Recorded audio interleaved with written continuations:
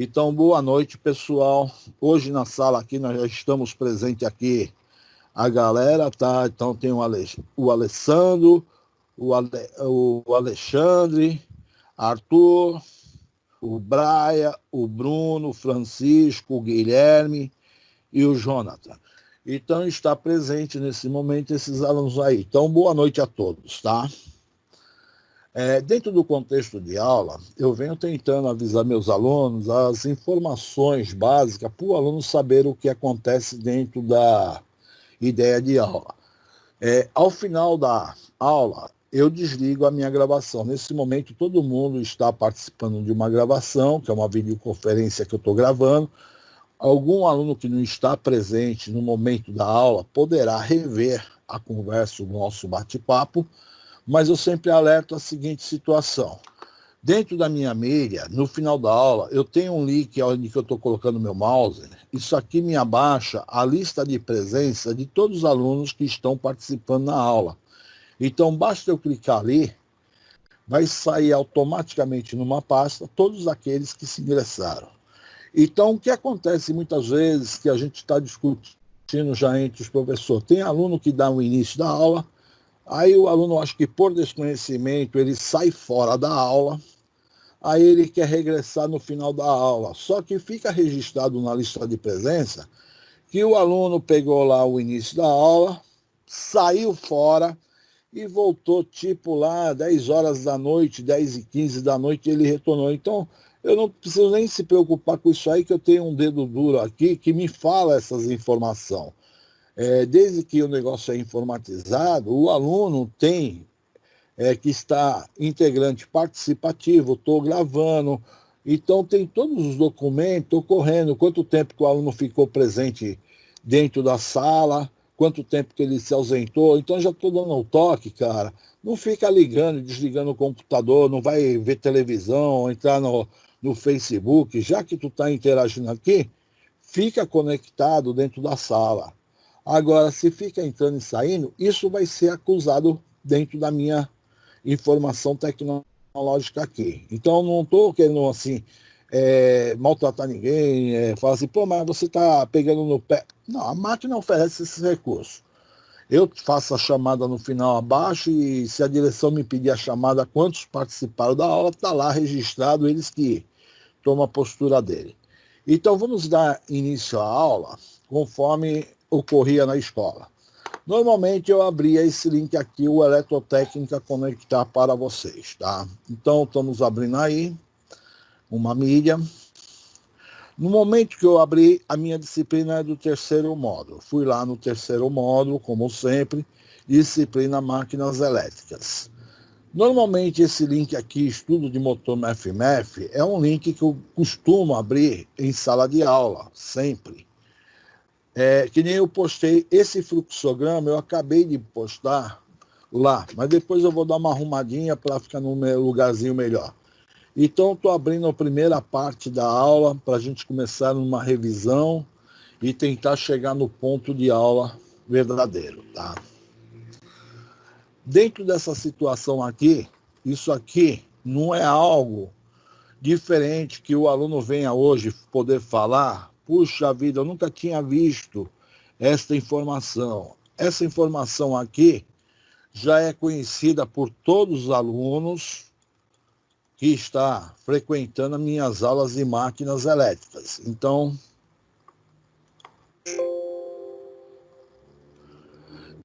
iniciamos o semestre falando dos motores elétricos. No início do semestre, eu fiz um comentário sobre motores de corrente contínua, dei uma explanada assim, explorei o assunto ímã permanente, campo série e campo paralelo, comentei sobre motor universal. Dentro da situação da escola, o que eu me lembro da aula, eu tinha de estar comentando agora motor de corrente pulsante ou motor de passo. Alguém fale para mim, nós não vimos nada sobre motor de passo. Estudamos alguma coisa de motor de passos? Motor de passo não, professor. Então tá.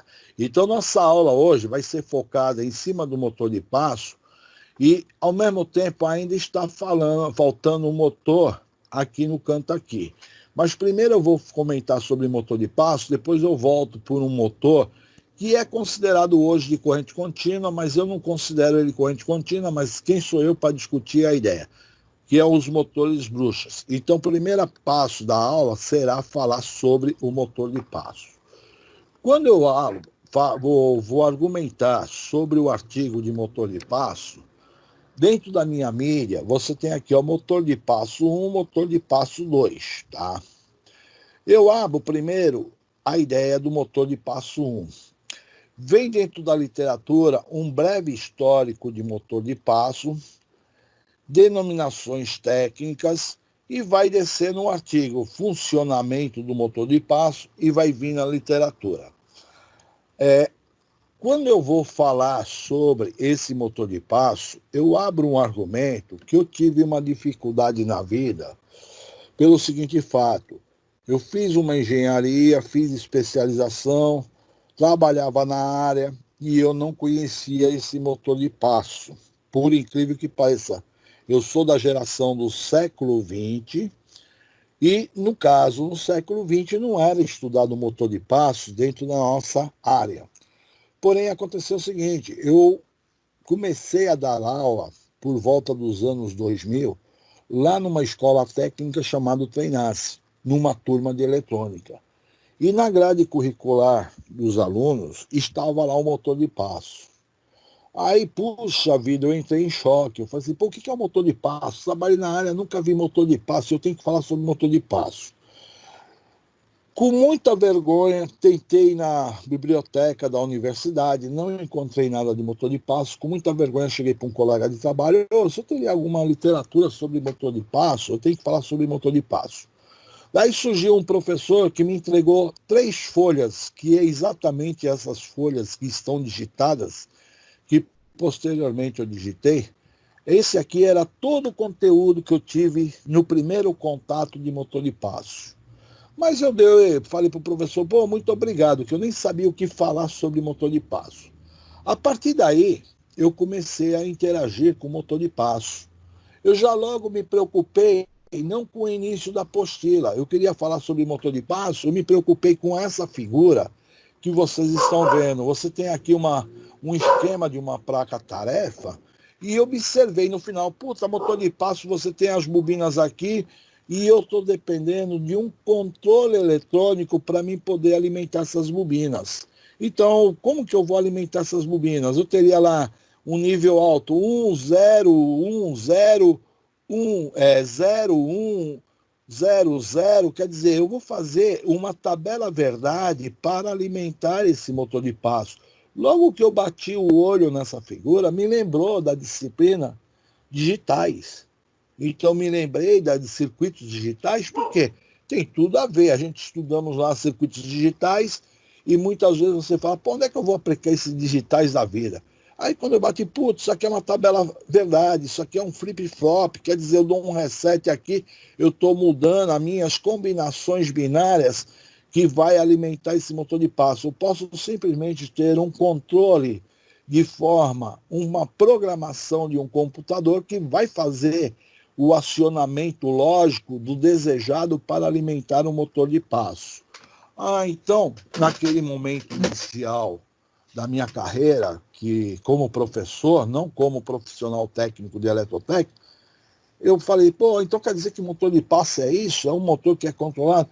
Aí, conforme foi evoluindo o tempo, daí eu fui perceber que esse motor era um motor de extrema importância dentro da mecatrônica, porque sendo um motor de passo, ele não é um motor fabricado exclusivamente para você obter uma velocidade rotacional constante.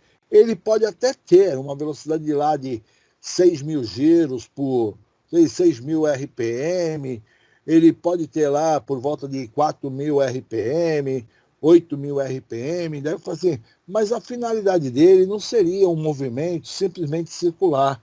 Seria, na verdade, uma situação de você criar posições de controle e de parada do motor. Então, sendo um motor de passo, eu poderia movimentar minha máquina lá 15 graus, 10 graus, 20 graus, 50 graus, E, de repente, um braço mecânico pode ter que haver um deslocamento apenas de 30 graus. Aí, quer dizer, o braço mecânico pega uma peça e desloca 30 graus. O motor para ali, automaticamente o braço mecânico deu uma posição de parada e, posteriormente, a produção continua seu serviço. E fazer de maneira constante as atividades. E você, além disso, você teria como fazer uma programação para essa placa-tarefa aqui. Logicamente que evoluiu, você não vai ficar construindo um sistema de digital, isso aqui seria uma explicação teórica do funcionamento do motor, você não vai ficar construindo placas-tarefa. O homem evoluiu, automaticamente ele já construiu um CI, que era capaz de fazer todas as funções daquela placa-tarefa. Ou seja, quando você fala um CI, no caso aqui eu estou com um CI SSA 1027, isso aqui é um microprocessador que vai processar meus dados de informação para alimentar as minhas bobinas, tá? Ah, quer dizer que agora nós temos um CI, que é um microprocessador que vai alimentar as bobinas? Sim. Aí eu comecei a entender o que viria a ser o dito motor de passo. Aí você tem um breve histórico aqui, contando a história do motor de passo, que começa lá no 1919, 1920, na Grã-Bretanha, foram aí muito importantes nessa época aí, porque teve uma evolução. Só que quando você sendo técnico de eletrotécnica, você sabe que em 1919 a 1920, a eletrônica ainda ia nascer. A eletrônica não tinha uma eletrônica avançada, mas já tinha o conceito de você ter um motor que teria condições de executar paradas precisas, mas ainda faltava a chamada eletrônica. Você não tinha processadores. Você iria construir um motor de passo numa situação precária. Só por volta dos anos 70, mais ou menos, entre 50 a 70 aqui, que houve uma melhoria em relação a esse motor de passo. Então, dentro da característica, a invenção foi melhorando as patentes aqui, demorou, de 1920, foi empregado nos anos 70. Aí tu fala, pô, mas por que começou a empregar esses motores nos anos 70? Porque justamente nos anos 70 para 80, a eletrônica teve uma evolução muito valiosa, que foi a substituição da válvula pelos transistores. Ah, quer dizer que eles conseguiram fazer os transistores? Porque, na verdade, quando você fala do belo diodo, o diodo, a ideia da construção do diodo se deu por volta de 1945, na Segunda Guerra. Mas entre ter a descoberta e você ter um fabricante capaz de construir o diodo, poxa, demorou, de 45 foi até os anos 60 por volta, para você ter o efetivo fabricante de um diodo.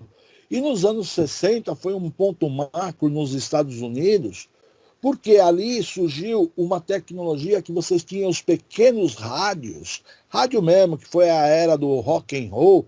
Todo mundo escutava os rádios, tinha os rádios no carro, tinha um radinho que transportava na mão.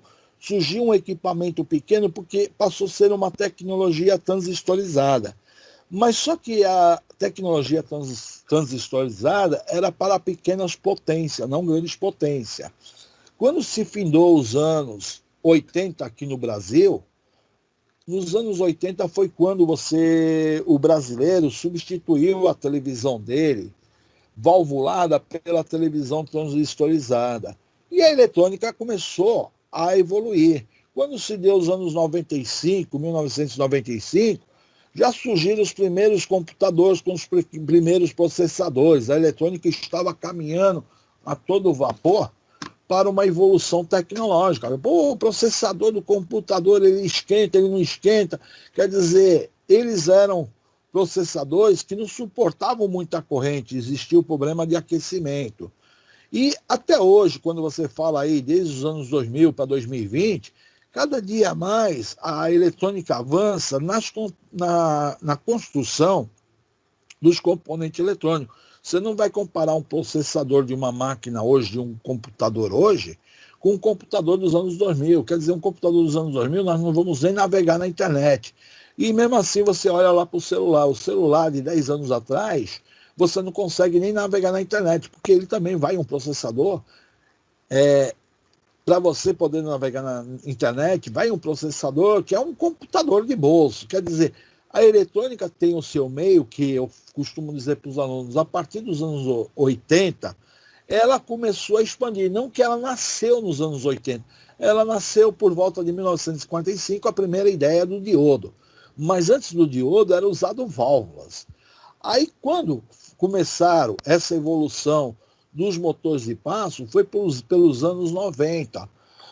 Porque nos anos 90 você ouvia muito, eu mesmo tive essa fase que a gente falava assim, caramba, o homem vai deixar de trabalhar na fábrica e vai ser trocado pelos braços mecânicos, porque a mecatrônica estava tomando espaço físico do homem trabalhador. Então, muitas vezes, um setor de pintura deixava de ter aquele pintor tradicional na fábrica e simplesmente a fábrica colocava um braço mecânico fazendo o vai e vem da pistola, programava o sentido que queria, quer dizer, a máquina trabalhava 24 horas, não tinha problemas de doença, não tinha problemas nenhum, foi um avanço tecnológico.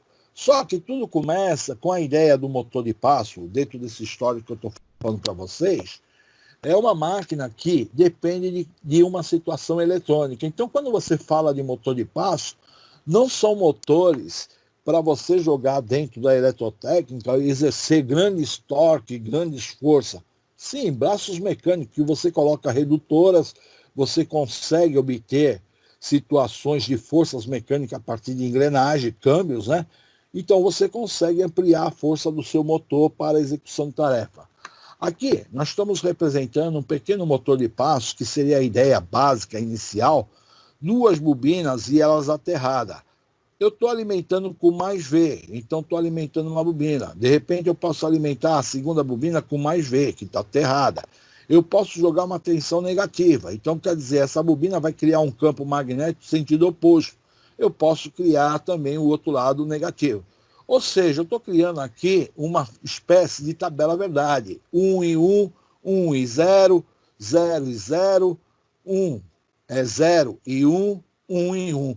Eu criei uma sequência de sentido, no caso do motor, sentido horário de rotação, sentido anti-horário. Só que esse motor eu estou alimentando de acordo com os pulsos que eu estou dando.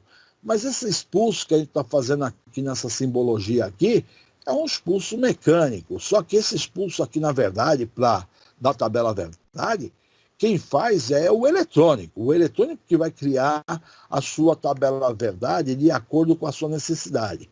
Uma das coisas importantes desse motor é quando você analisa a curva de torque.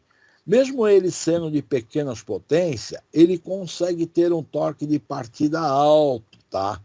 Quando você vê essa curva característica indo até próximos dos 10.000 RPM, que nós estamos falando de velocidade, a início, ele não operava com 10.000 RPM. Daí tu fala, onde é que eu posso encontrar um motor de passo? Se você pegar o HD de um notebook, o HD de uma torre, é motor de passo que faz o HD se movimentar. Então é um HD.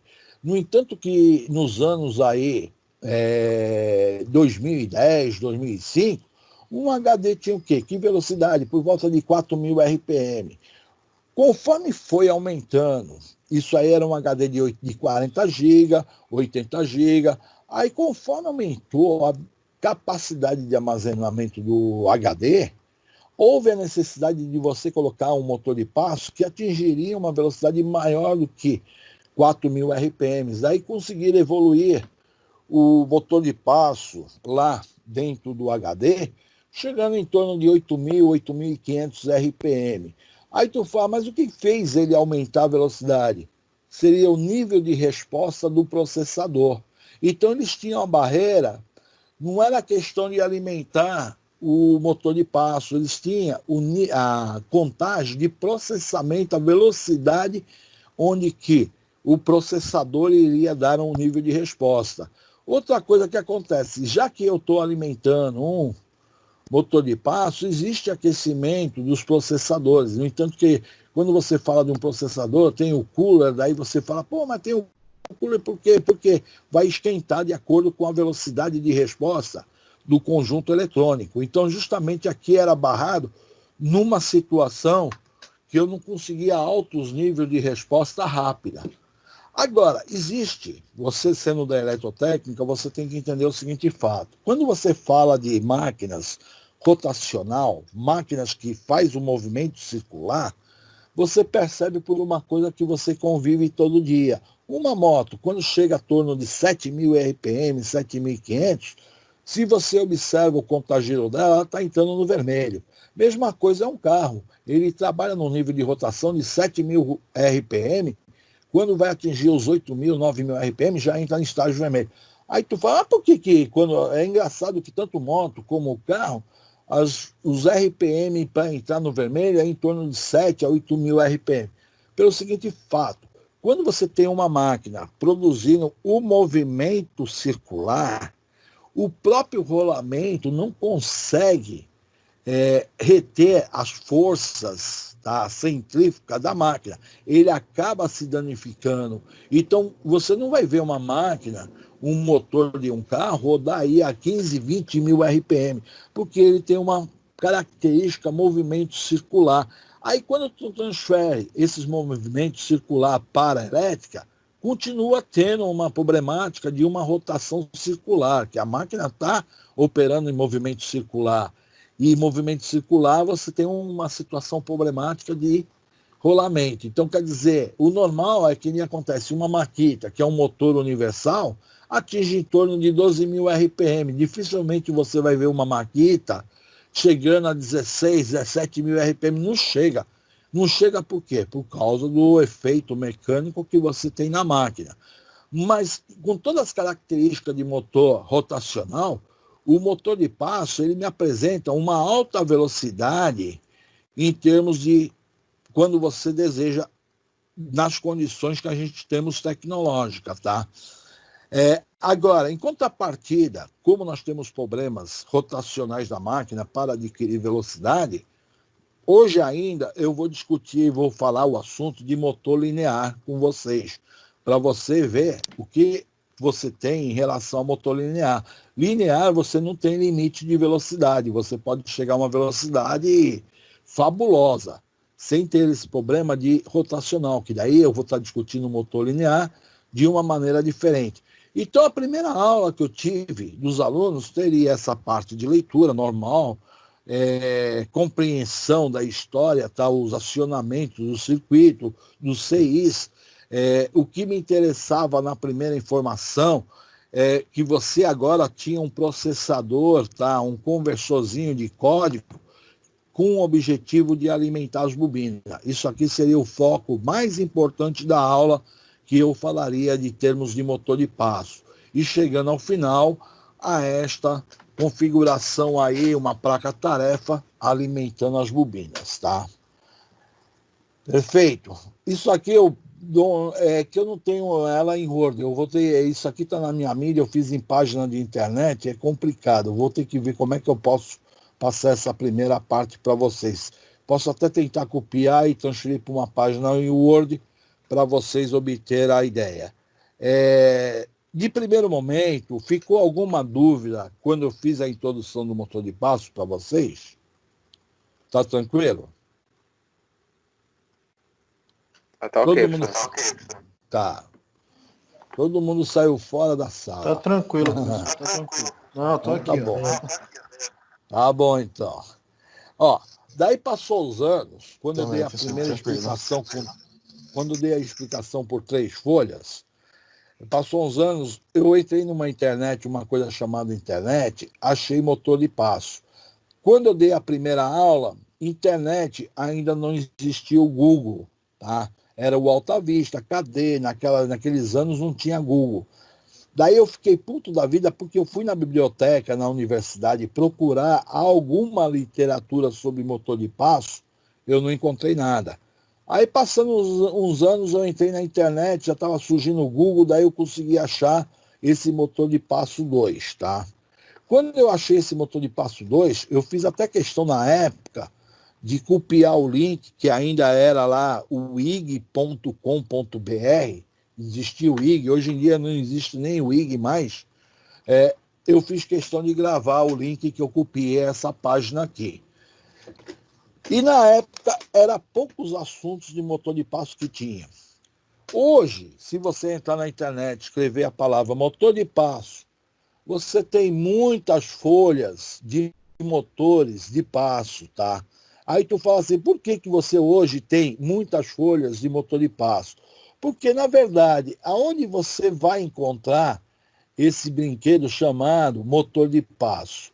Dentro da ideia de motor de passo, você encontra nas impressoras, nos antigos lives de disquete, você vai encontrar, então quer dizer, os live flops de disquete é motor de passo, o HD é motor de passo.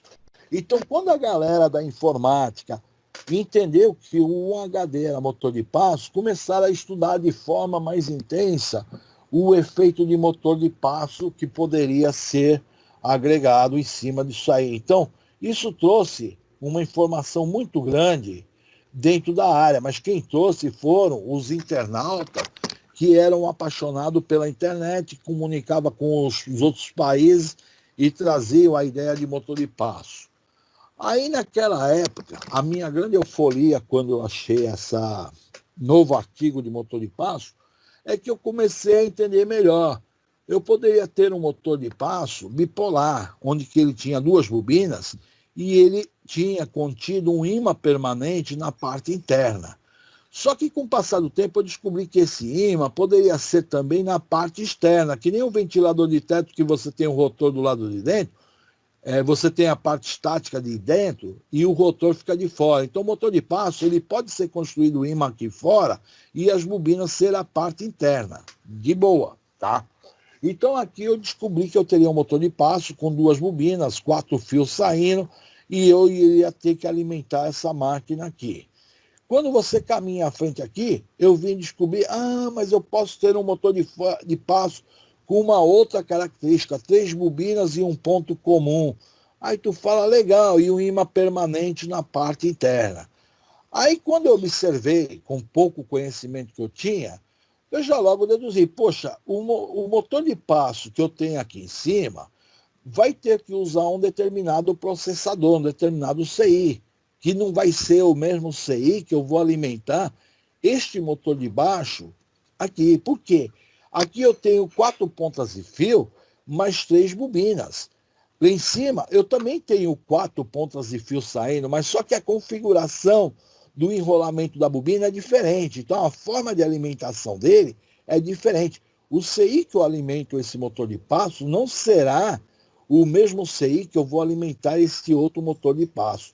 Aí, puxa, eu fiquei super contente, eu já comecei a entender. Quer dizer que se eu tiver uma máquina na indústria que está operando com motor de passo, eu não posso simplesmente falar assim, eu vou tirar o motor de passo dessa máquina e colocar na outra máquina. Cara, eu vou ter que ver se ela é irmã gêmea do outro motor de passo, porque eu tenho que saber se o CIs que alimenta um determinado motor é o mesmo que alimenta o outro, tá?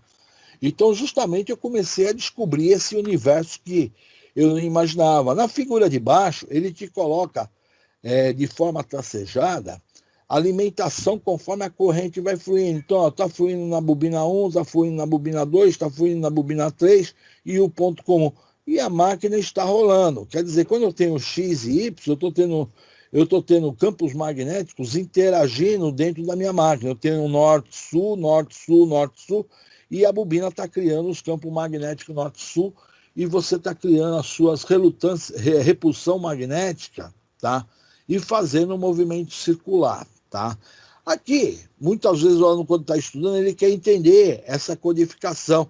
Essa codificação aqui seria a alimentação do enrolamento 1, enrolamento 2 e enrolamento 3. Então, tu está levando um nível de alimentação 1, 0, 0, 1.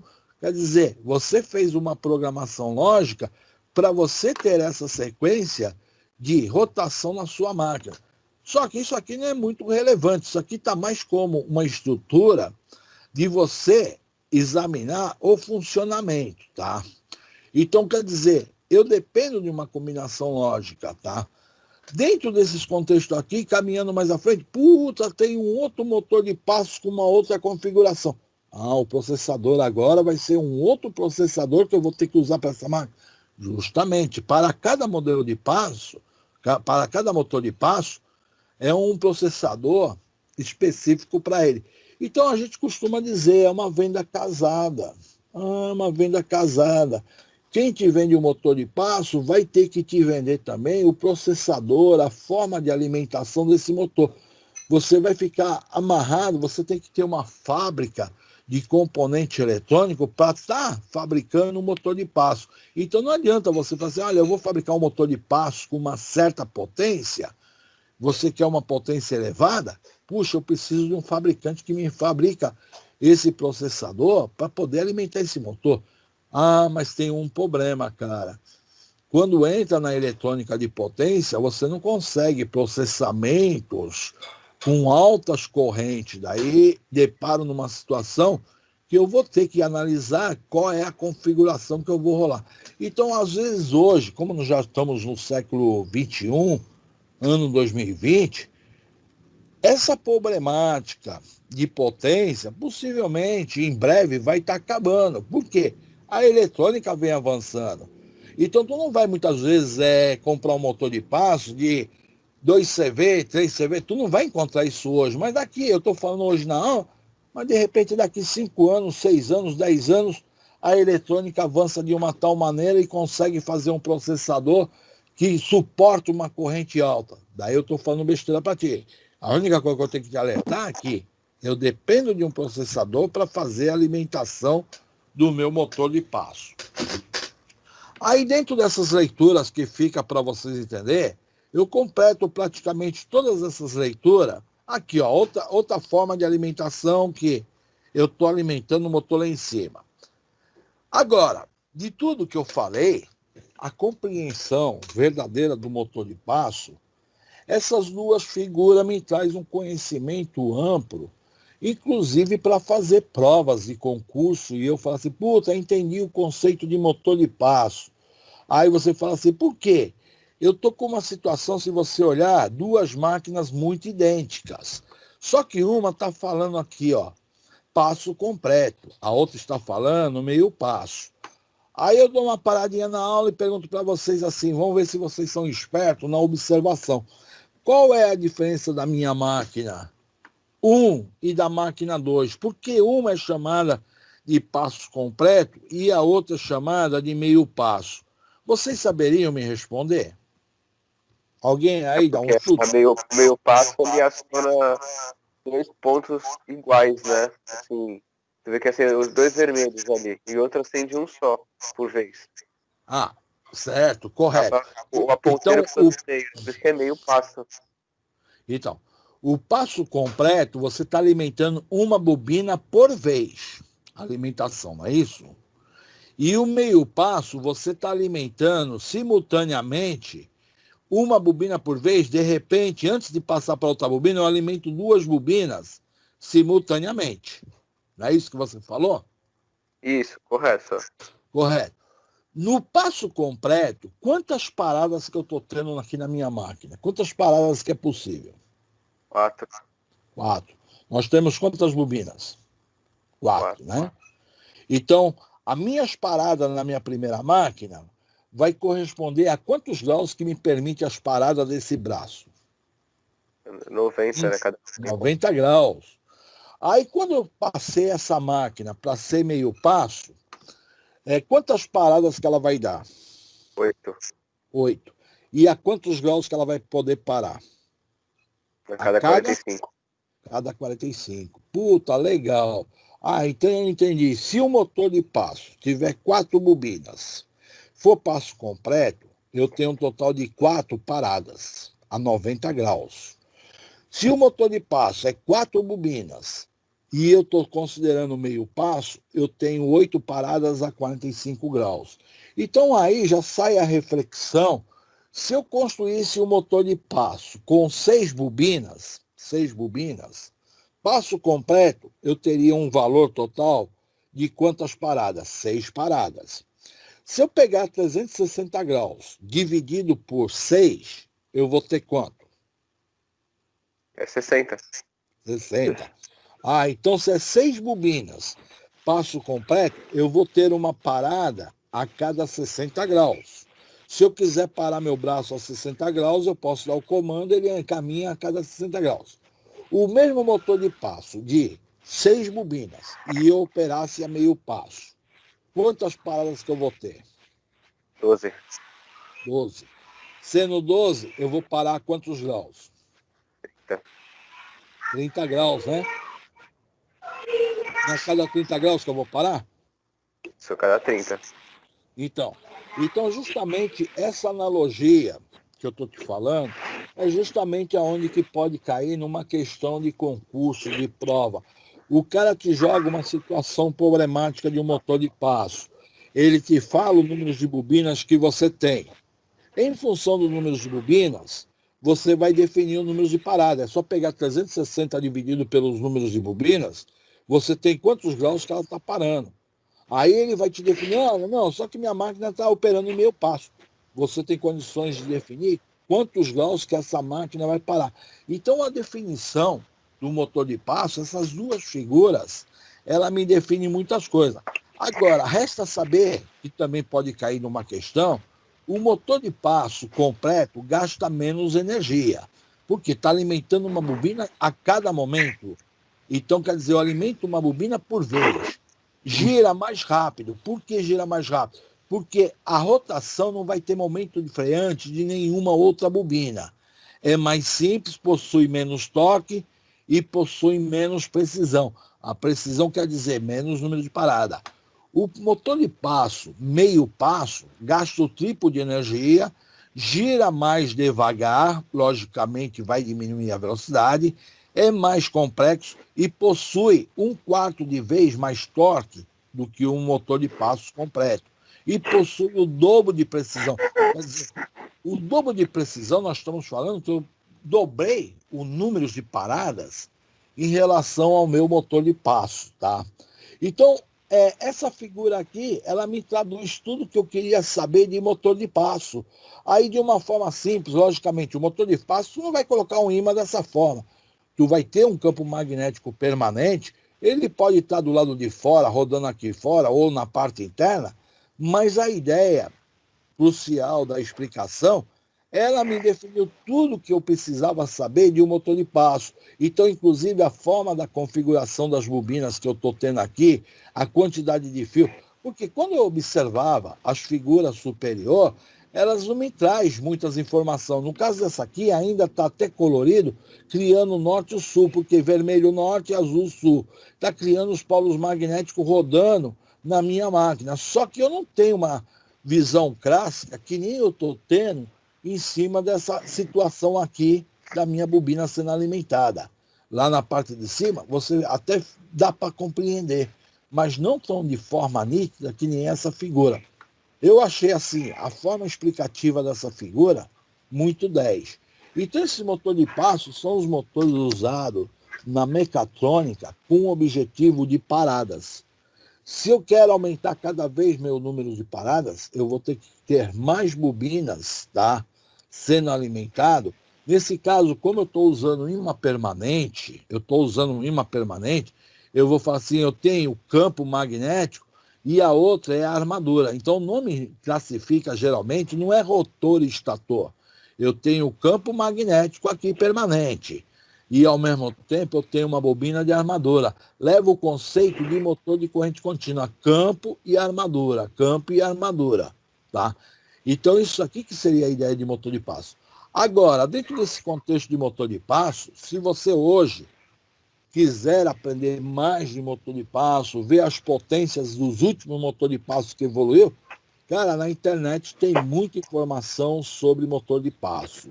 Então, dentro da ideia eletrotécnica, eu não pretendo ir muito além disso aí. O meu objetivo, quando eu falei de motor de passo, para não ficar em branco, o cara fala assim, pô, o que vem a ser o motor de passo? Opa, eu já tive uma explicação básica, uma literatura básica para ter uma compreensão sobre motor de passo. Logicamente, daí você vai ter que entender de programação para programar um processador. Daí você vai entrar numa parte de automação da máquina em si, como controlar essas velocidades, tá? Então, dentro desses contextos que nós estamos falando, o motor de passo seria exatamente aqui, ó, que eu falo corrente pulsante. Quando eu falo corrente pulsante, quer dizer o seguinte, ele é alimentado a cada instante uma bobina. Aí tu fala, é corrente contínua que alimenta essa bobina? No momento inicial é. Só que eu não fico alimentando uma única bobina, eu vou alimentando uma sequência de bobina e passa a ser um motor de corrente pulsante, que é o motor de passo, tá? Então ele tem ímãs permanentes também, tá? Agora, dentro desses contextos, o que ocorre? Antes de eu ir à frente, eu já ia esquecendo, eu sempre acabo esquecendo, porque eu vou ter que colocar lá no meu diagrama de Broca, existe um motor chamado motor brushless, tá? O motor brushless é um motor também que eu nunca estudei na vida, estou começando a estudar ele agora no século XXI. Aí tu fala assim, por quê? No século XX não existia? Olha, eu não sei nem te afirmar, porque eu estou vendo a inclusão dos motor brushless justamente agora no século XXI. Na universidade eu não estudei esse motor chamado motor brushless. Então esse motor brushless aqui, na verdade, vou dar uma paradinha no vídeo, ele é diferente do motor de passo. Ele tem um ímã permanente que nem o motor de passo tem. Só que ele não é fabricado para você provocar paradas. Ele é fabricado para você ter velocidades rotacional. No caso, esse motor, você está tendo aqui um total de seis bobinas, tá? Na verdade, quando você fala, não, estou vendo 6, na verdade é 3 bobinas. Por quê? Essa bobina de cima está ligada em série com a bobina de baixo, ó. Você percebe que eu venho com fio vermelho aqui, ó. Eu liguei a minha bobina em série. Então, na verdade, a partir do momento que eu tenho a ligação em série, eu passo a ter uma única bobina. Então, quer dizer, eu tenho um total aqui de 3 bobinas. Só que essas bobinas vão me produzir o campo magnético para movimentar esse ímã permanente. Eu tenho um campo magnético permanente. Agora, a fabricação desse motor, chamado motor brushless, que é a ideia de motor brushless, é você falar, é um motor de corrente contínua sem escova. E, para mim, não seria um motor de corrente contínua, mas na literatura atual, deram o nome de motor de corrente contínua sem escova. Daí você fala, por que você não considera o motor de corrente contínua sem escova? Pelo seguinte, eu estou pegando uma tensão que eu estou alimentando um decodificador. Quando você fala que está alimentando um decodificador, eu vou sair com uma tensão de saída de resposta para me alimentar as minhas bobinas, tá? Conforme eu saio com a tensão para alimentar minhas bobinas, as minhas tensões não são contínuas. Observe o gráfico aqui, ó, que ele mostra uma onda quadrada que está saindo com uma certa frequência na minha resposta de saída, tá? Ah, então quer dizer que não é tensão contínua necessariamente? Não, porque eu estou tendo uma frequência variável entre 1 e 2 e 3, eu estou tendo diferentes frequências dentro da alimentação da minha máquina. Só que eles traduziram isso aqui como um motor de corrente contínua. Não vai ser eu, como professor, que vou mudar as literaturas aí do século XXI. Agora, o emprego desses motores, chamado brushless, eles são empregados nos seus patinetes que você anda aí na praia. Então, o patinete é um motor brushless. Quando você fala de uma moto elétrica, é motor brushless. Quando você fala de uma bicicleta elétrica, é o motor brushless. Então, justamente, não tem escovas de alimentação. Você tem uma bateria, você tem um decodificador aqui, que vai alimentar esse motor. A grande sacada desse motor é que ele atinge altas velocidades, tem um bom torque, e ele pode fazer um movimento tanto sentido horário e anti-horário, você pode parar ele instantaneamente. Ele está rodando no horário, instantaneamente ele roda no anti-horário, e sem provocar aquecimento nas minhas bobinas. Ele respeita, ele não aquece as minhas bobinas que estão sendo alimentadas. Então, muitas vezes, na mecatrônica também, usa esse tipo de motor para rodar numa velocidade lá, ele chega em torno de uns 8.000, 10.000 RPM com facilidade. Ao mesmo tempo que está rodando 10.000 RPM, de uma hora para outra você inverte a rotação, ele obedece instantaneamente o sentido oposto, atingindo os seus 8.000 RPM e não provoca aquecimento das minhas bobinas. Porém, esses motores brushes, na verdade, sendo uma tecnologia moderna, se você hoje procurar pela internet, está começando a surgir, mas não em grandes escala, informações didáticas, literárias do motor de passo, é muito interessante você acompanhar esse avanço tecnológico. Porque eu mesmo, há uns 6 meses atrás, eu tentava pesquisar a respeito de motor brushes, você não encontra artigo nenhum. Há umas 2 semanas atrás eu entrei, estou até para pesquisar, que eu já encontrei alguns vídeos demonstrando o funcionamento de motor brushes. Eu estou para, inclusive, pesquisar, até pensei, eu estou dando aula aí no EAD agora, de repente eu vou pegar algum artigo de motor brush, alguma ideia do motor brush. Mas já estou te adiantando, começou a surgir, mas a literatura ainda não é uma literatura muito rica a respeito dos motores brushes. Então essa linha de motores, possivelmente, ela vai ser a linha de motores que vão colocar nos carros, tá? Na linha automobilística todinha.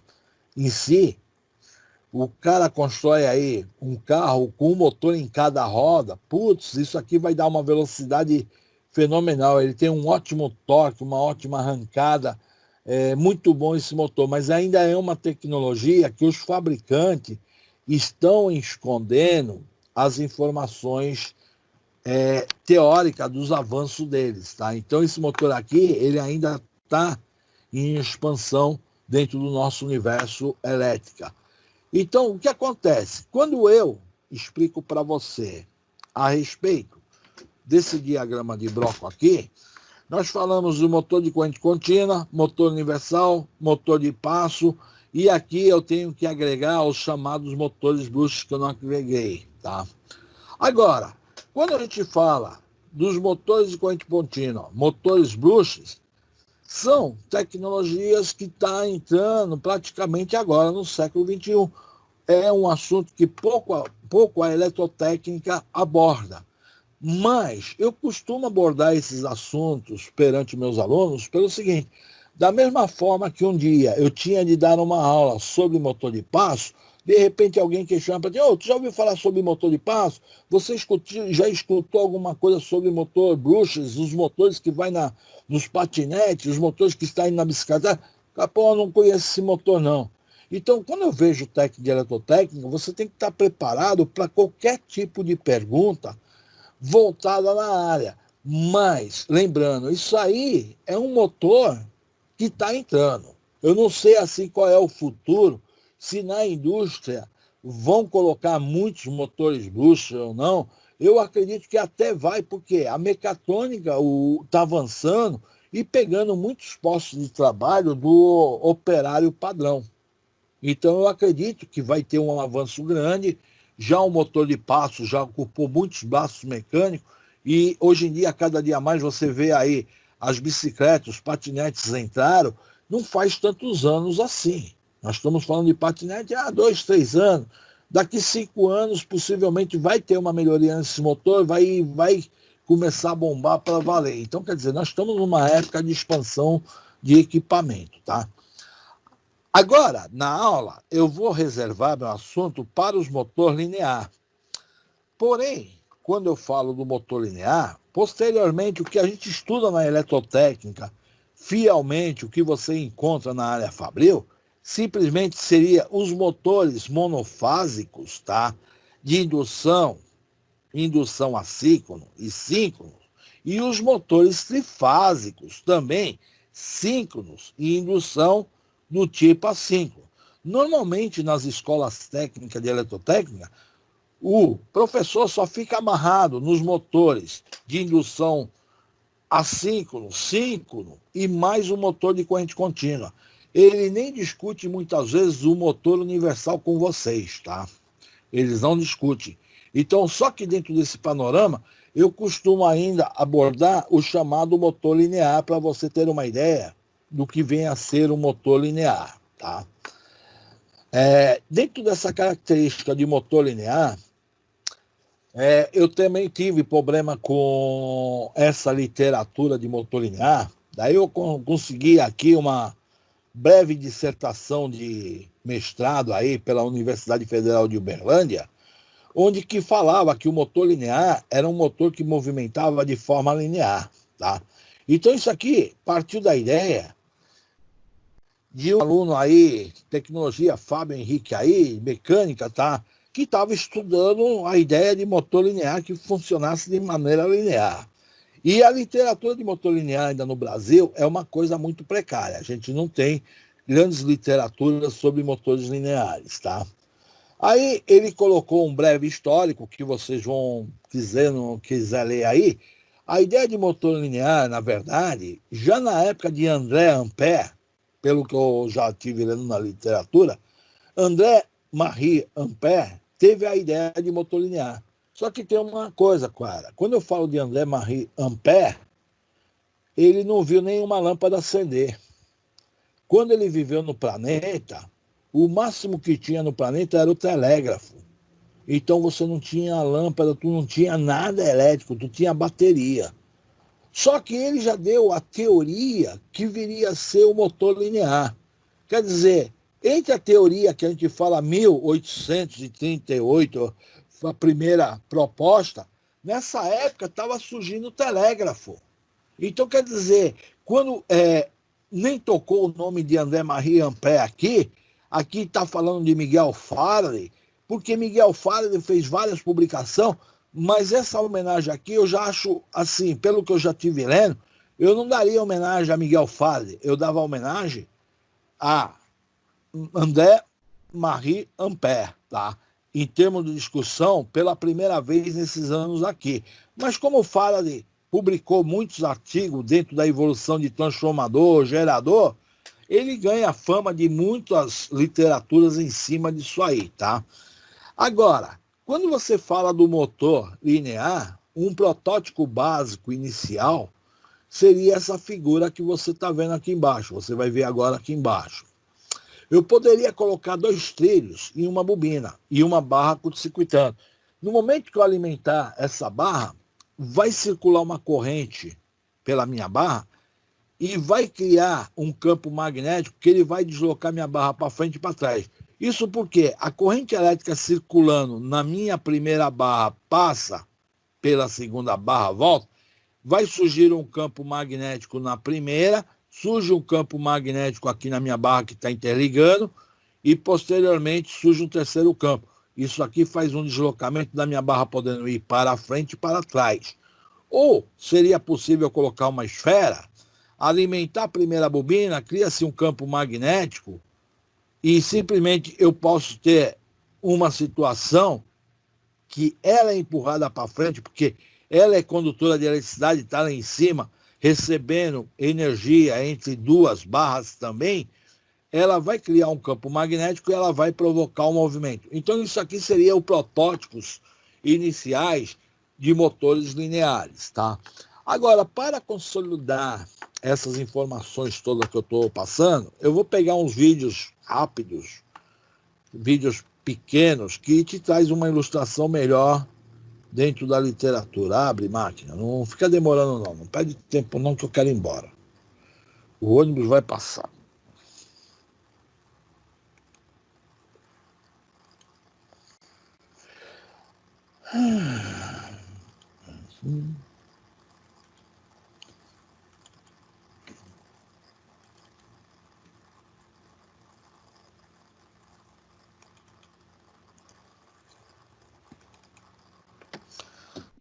Então aqui, galera, nós temos umas ideias de motor linear. Eu não vou passar, esses vídeos aqui são vídeos de 1 minuto, 2, são os vídeos assim de maneira rápida, tá? Um primeiro vídeo que eu quero passar para você é uma experiência de alunos, tá? Que ele te representa a ideia de um motor linear, tá? Só que esse aluno aí usou um critério muito ruim para poder demonstrar o experimento dele, tá? Quando eu falo ruim, porque se ele é um aluno de escola, ele não deveria ter colocado essa placa na frente, escondendo o que está atrás. Ele se preocupou com o acabamento e quis mostrar o movimento da minha peça, o ir e o voltar, tá? Então ele simplesmente quis mostrar que ele alimentando essa barra positiva e negativa, circula uma corrente e a barra fica em movimento. Só que, na verdade, quando ele colocou essa placa, aqui embaixo vai ter uma bobina. Porque eu não poderia alimentar positivo e negativo e curto-circuitar, porque isso aqui iria sair faísca para tudo quanto é lado. Mas a ideia é que ele está tentando demonstrar que está existindo campos magnéticos entre as barras, tá? Uma outra ideia de motor linear, vamos dizer assim, poderia ser, isto aqui é uma ideia de motor linear também.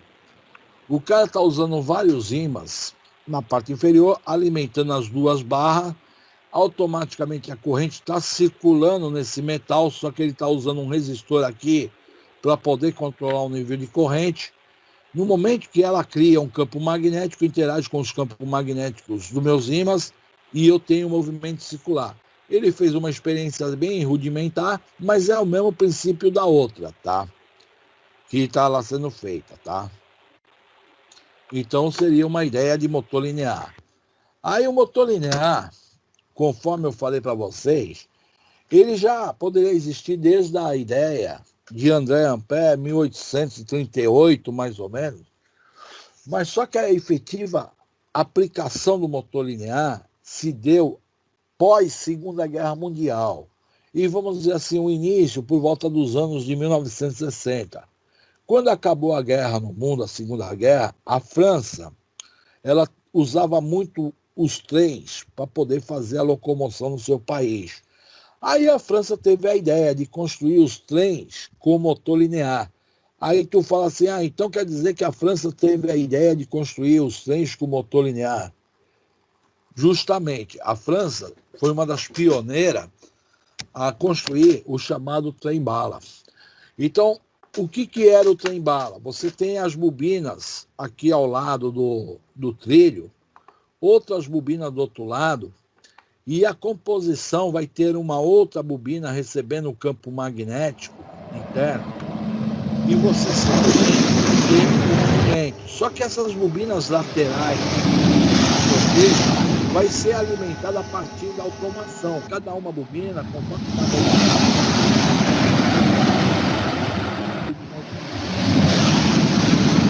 Agora, a grande sacada do motor linear, por ele não ter movimento rotacional, você consegue altas velocidades nesse sistema aqui. Aí tu fala, por que eu consigo alta velocidade? Porque eu estou criando campos magnéticos nas laterais da minha composição e minha composição também tem um campo magnético. Só que conforme os campos magnéticos estão impulsionando essa máquina para frente, ela vai adquirindo cada vez maior a velocidade e ela não vai depender das rodas para tracionar. Simplesmente vai acontecer o seguinte fato, vai perder o atrito em cima dos trilhos, e quanto maior a velocidade, vai perdendo mais o atrito e ela vai adquirindo mais velocidade. É na hora que você fala assim, puxa, o trem-bala flutua.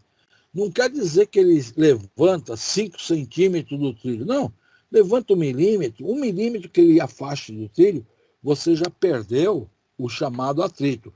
Então isso aqui, hoje um trem-bala, se você pesquisar pela internet, que eu já estive pesquisando, ele já bateu a velocidade de 500 km por hora. Tá? Um trem-bala já 500 km por hora. De boa. Então ele não tem a problemática de formação. Ok? No caso aqui, nós temos também uma ideia clássica que surgiu no Rio de Janeiro. Só que esse projeto já foi, pelo que eu estive lendo, já foi vendido para a Alemanha. Seria uma ideia de motor compacto, leve e elegante. Assim é o Maglev Cobra, o primeiro trem de levitação magnética da América Latina, projetado exclusivamente para o transporte urbano. Desenvolvido pelo Laboratório de Supercondutores da COP, o Maglev dispensa rodas e flutua silenciosamente sobre trilhos magnéticos a uma velocidade de 70 km por hora, a mesma do metrô que circula no Rio de Janeiro. Além da emissão zero de poluentes, o Maglev desliza por passarelas suspensas, contribuindo para desafogar o trânsito nas já saturadas vias urbanas.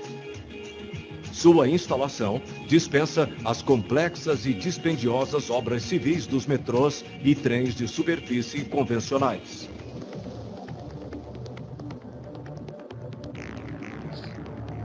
Diferente de projetos de trens magnéticos desenvolvidos em outros países que utilizam técnicas eletromagnéticas e eletrodinâmicas, o Maglev obtém o efeito levitante por meio de ímãs permanentes e de supercondutores.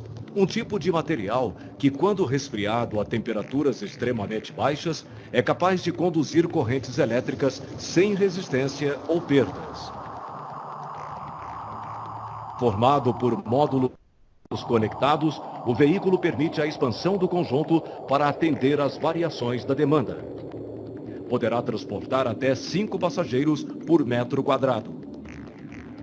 É uma resposta ousada da COP ao grave problema da mobilidade urbana nas grandes cidades. COP, tecnologia para um futuro sustentável. Então, COP, Universidade Federal do Rio de Janeiro, tá? Então isso aqui foi, na verdade, uma evolução que os alunos da universidade fez esse experimento, esse avanço tecnológico, conseguiu êxito, tentou implantar no Brasil, mas nenhum empresário, nenhuma empresa, nenhum governo auxiliou. Só que foi passando o tempo, os caras, tem uma invenção que eu não consigo nada para mim. Os caras, pelo que eu tive lendo nos artigos, simplesmente eles venderam o projeto para a Alemanha. Quer dizer, diferente da França, quando iniciou com o trem-bala, que construiu 2 quilômetros de linha de trem e uma locomotiva, depois ampliou para 4, 6, começou a ampliar, eles aqui não fizeram nenhum investimento, o governo não quis realizar nenhum investimento em cima disso aí, tá? Agora, aqui, no caso, eu tenho um pequeno projeto, vamos dizer, poderia ser um TCC,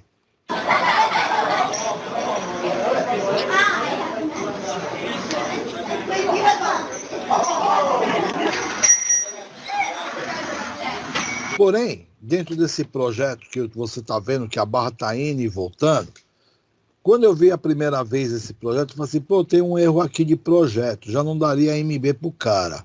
Vocês conseguiriam me dizer qual é o erro de projeto? Alguém chuta? Todo mundo foi dormir, é? Bota o vídeo, professor, por favor. Vocês estavam dormindo, né? Não. Pelo amor de Deus, eu estou falando aqui com as pulgas. Ó.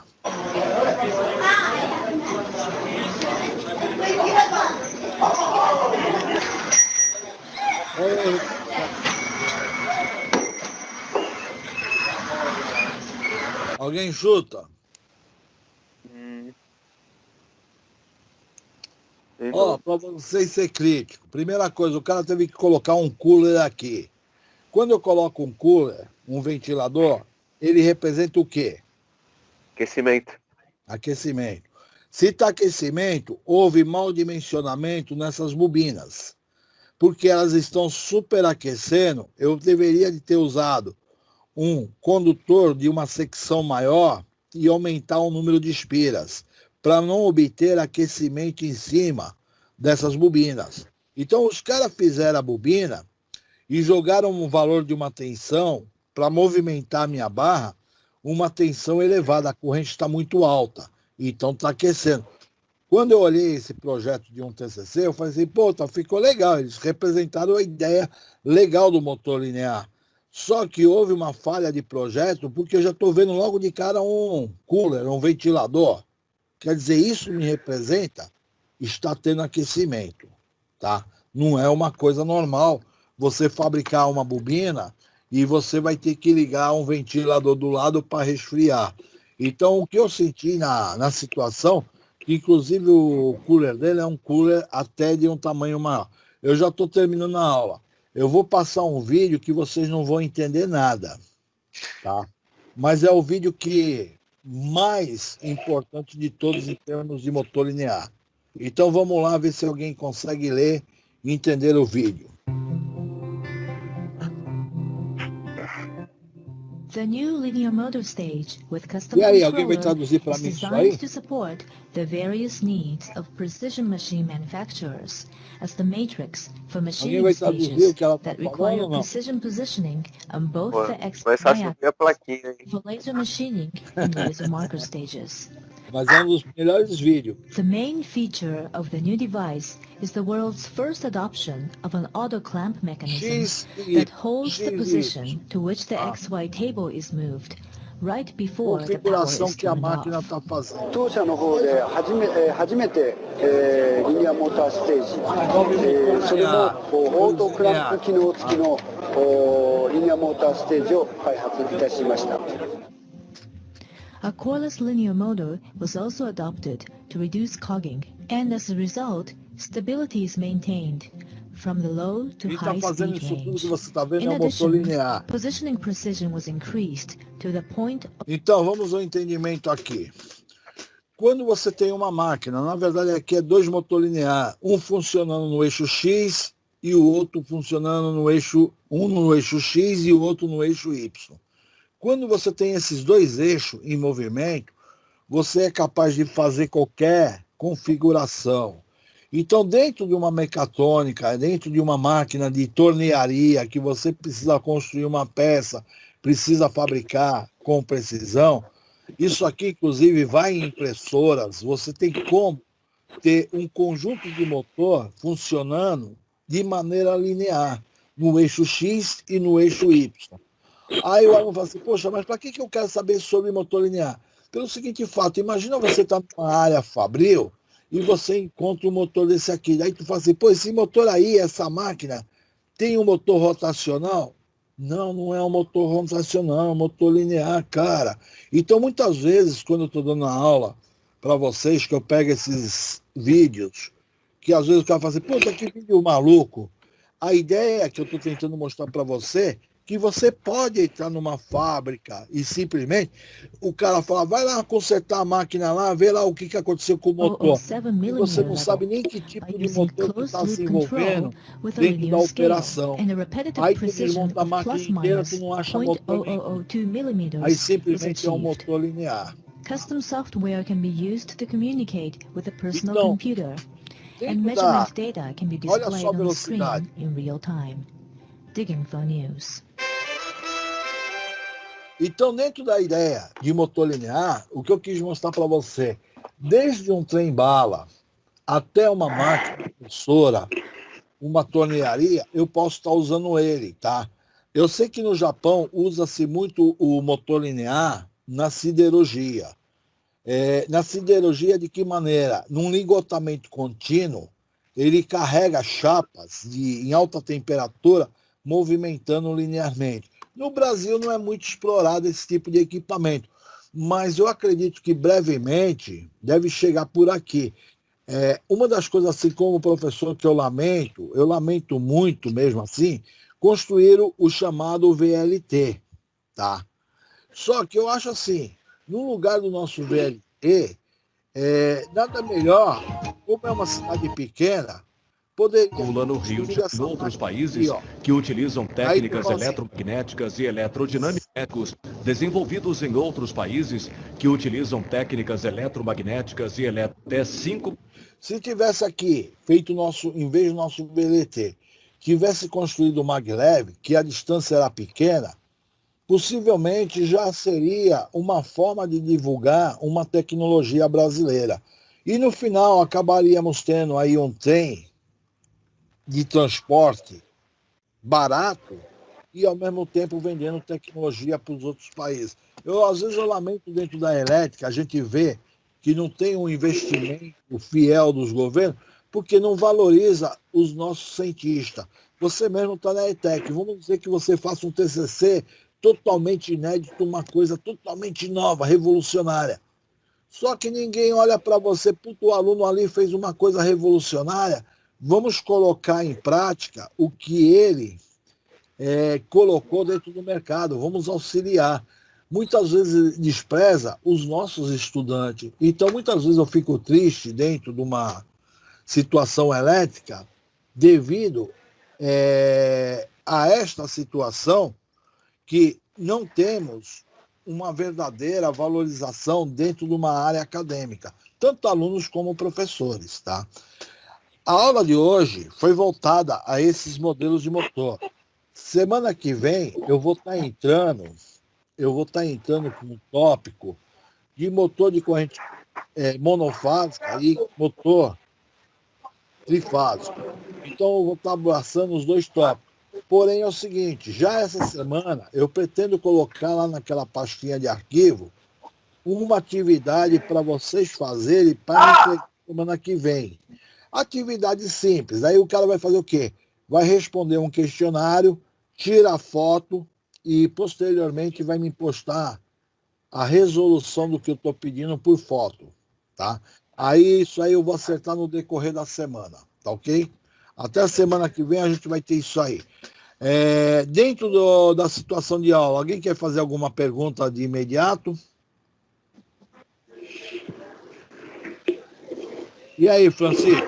Negativo. Nada a ver? Então eu vou dar aqui a nossa aula. Oi? Tá tranquilo, professor. Para mim tá tranquilo.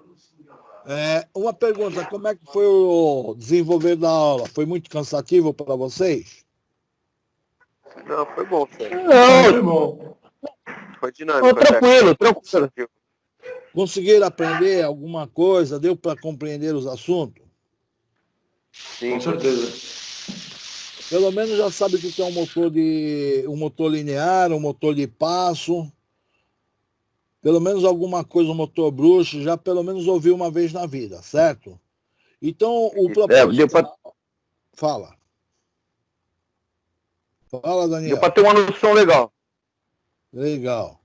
E Daniel Ada? Cadê Daniel Ada? Não fala nada? Entrou na aula para não estar presente? Adam. Professor, o Adam estava com um problema no computador dele, não sei se resolveu. Aqui, mas ele está aqui dentro da sala. Não, estava travado, eu fui para ele reiniciar, porque estava travado o computador e ele estava aí na sala mesmo. Tudo bem, deixa quieto. Eu vou lá agora. É o seguinte, vou desejar uma boa noite para vocês. Vou encerrar a reunião, parar a gravação. Boa noite, galera. Boa noite, professor. Ninguém respondeu. Boa noite, professor.